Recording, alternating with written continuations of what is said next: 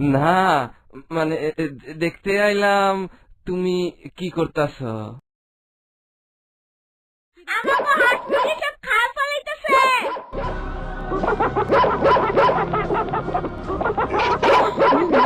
এটি দুই দুইটা শিয়াল।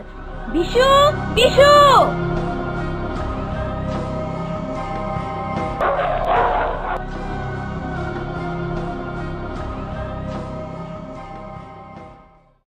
চলো বাবলু, স্কুলের জন্য তৈরি হই। হ্যাঁ, চলো।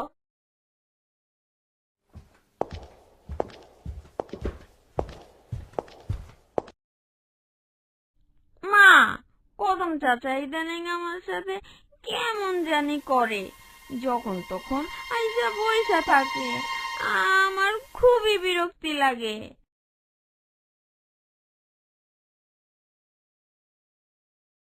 মা, আমরা স্কুলে গেলাম। আজকে ঝিলিক একটা অভিযোগ করলো, কদম নাকি কেমন করে, বলা কওয়া ছাড়াই ঝিলিকের ঘরে ঢুইকা পড়ে। মাইয়াটা বড় হইতাছে। তুমি যে কি কও, ওরা সম্পর্কে চাচা ভাতিজি, ছোটবেলা থেকে কোলে পিঠে কইরা বড় করছে।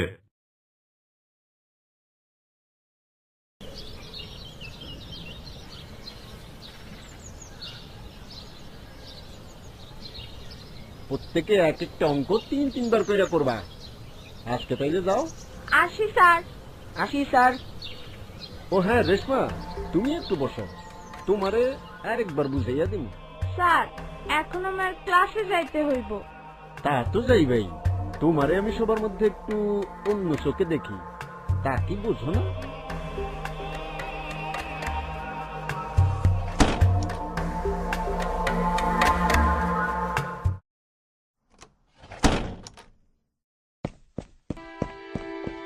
এ কি রেশমা, তুই কাঁদতেছিস কেন?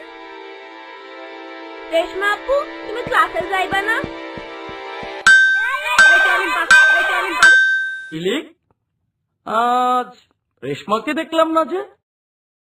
ওর কিছু একটা হইছে মনে হয়।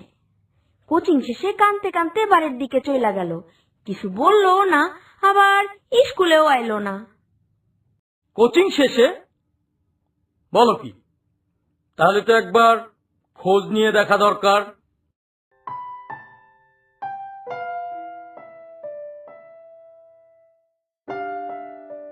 রেশমা, মা রেশমা,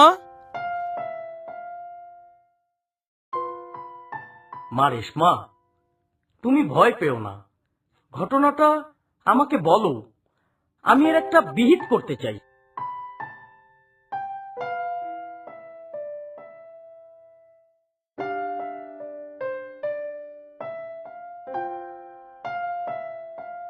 একজন শিক্ষক হিসেবে আপনি এটা একটা জঘন্য কাজ করেছেন। এই অপরাধে আপনাকে বরখাস্ত করা হলো।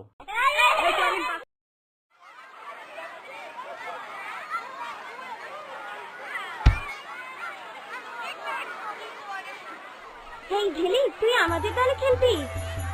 না রে, আজ তাড়াতাড়ি বাড়ি ফিরতে হইব।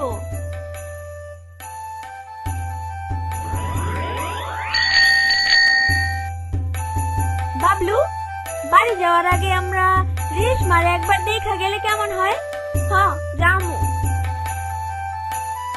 আচ্ছা ঝিলি কাকু, শিয়ালের বেশি শক্তি নাকি কুকুরের? এই দেখ দেখ, ম্যারাডোনা এসে। ম্যারাডোনা তো হাফ প্যান্ট পরে খেলে। যা যা, হাফ প্যান্ট পরে তারপরে আইস। আমার আপু তোমাকে যেতে অনেক ভালো খেলে।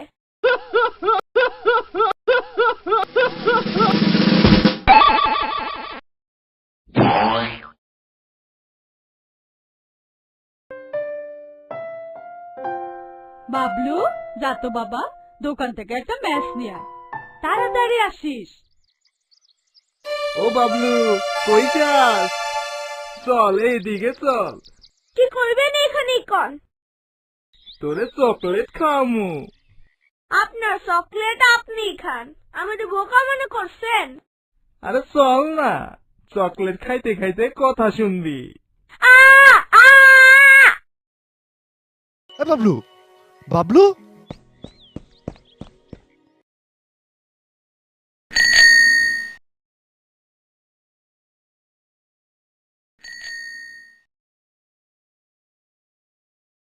এই ঝিলিক, কেমন আছো? একে রেশমা না? কেমন আছো? ভালো আছি। চাচি, মনে আছে তো আজ 5টায় আমাদের উঠান বৈঠক, রহমত ভাইয়ের উঠানে?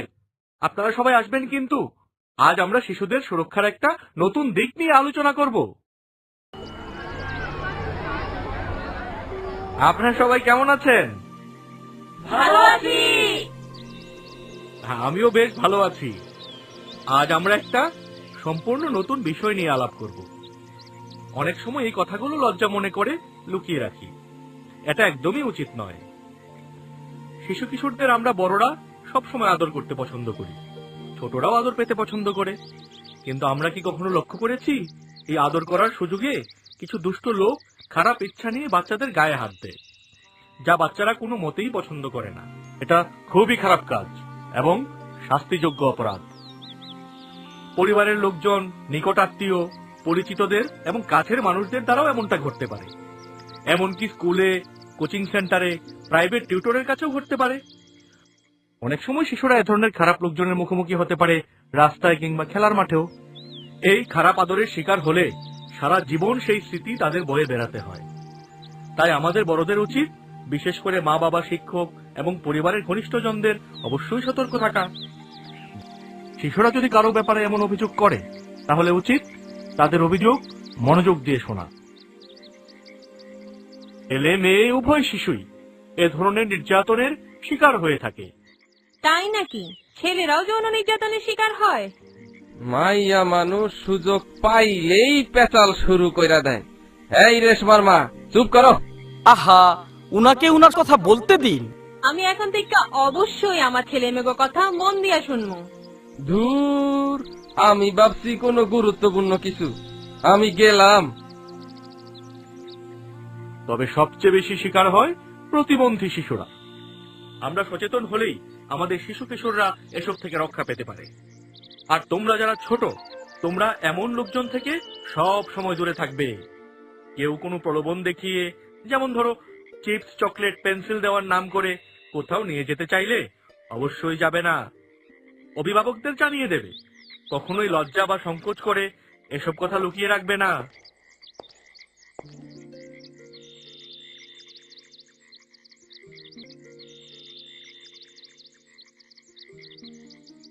ঝিলি,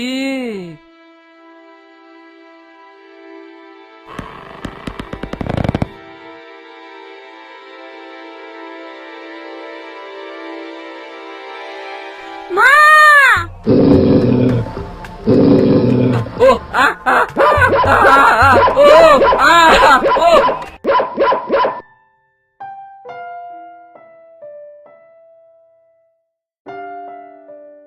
তুমি ওর চাচা, তুমি তারে রক্ষা করবা, এইটা তুমি কি করলা?